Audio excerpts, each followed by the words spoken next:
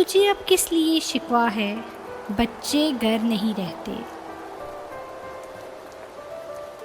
जो पत्ते जर्द हो जाएं वो शाखों पर नहीं रहते।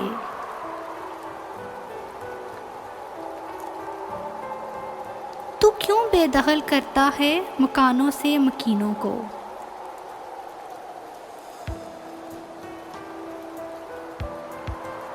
वो दहशत गर्द बन जाते हैं जिनके घर नहीं रहते।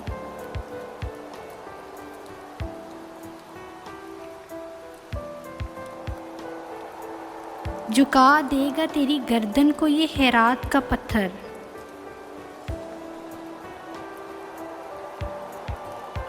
जहां में मांगने वालों के ऊंचे सर नहीं रहते।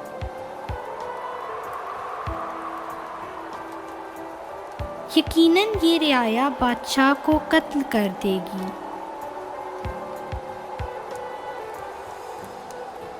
मुसलसल जब्र से मोहसिन दिलों में डर नहीं रहते।